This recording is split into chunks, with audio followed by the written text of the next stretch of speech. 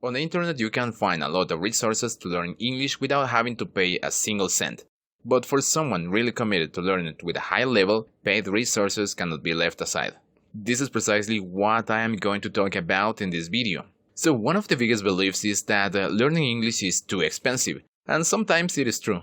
It can be so, whether paying a course in an academy, with an online course, or personalized with a personal tutor. It is also very likely that the first thing you will find when looking for a good course to learn English is one that is indeed very expensive.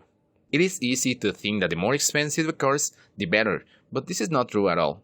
Expensive courses on the internet to learn English are very good. Yes, I don't deny it, but I think it is unnecessary to pay large amounts of money to learn English because the same quality of expensive courses can be found for free.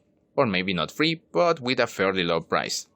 This is important to highlight because there are courses or study methods that have an acceptable price and are an excellent way to achieve a pretty good level in English. Something more important that you must take into consideration is that to learn English you have to pay the price. And with paying the price, I don't mean the money you are going to pay. Economic investment is only a small part of the true price you have to pay. I mean that the true price is paid with hard work and dedication. Understanding this will be a determining factor in your success when learning English, because you may have paid the most expensive course, the best teachers, the best classes or the best books, but if you don't understand what is the true price you are going to pay, everything is going to be in vain. It is interesting to know that the best language learners in the world rarely invest large amounts of money in their learning. This is because they are clear about the meaning of paying the price to learn a language. They know that to achieve the goal of learning a foreign language, money is not enough. They are willing to do whatever is necessary to achieve it.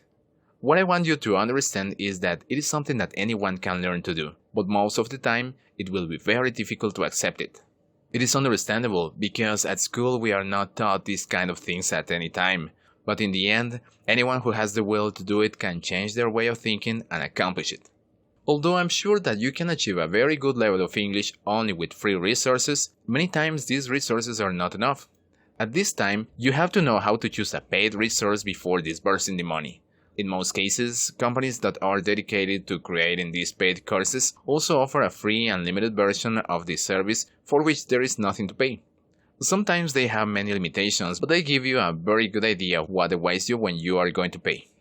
Remember that there are also courses that don't give you this type of advantage, and the only thing you have to be able to know something about the course is the advertising of the company itself, which is usually not very objective.